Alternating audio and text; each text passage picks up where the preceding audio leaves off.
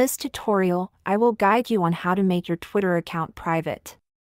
First, ensure that you have updated your Twitter app to the latest version.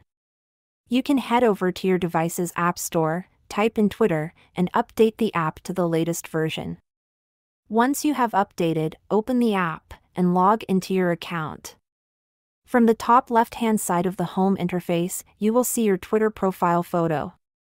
Tap on the profile photo, and at the bottom, select Settings and Privacy. This option will take you to different categories that include account access, security, privacy, and safety, among others. For this tutorial, select the fourth option, Privacy and Safety.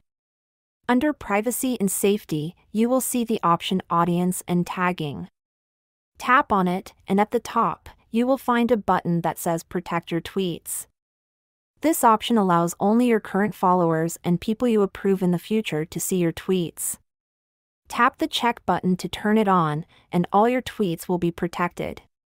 By following these simple steps, you can now make your Twitter account private.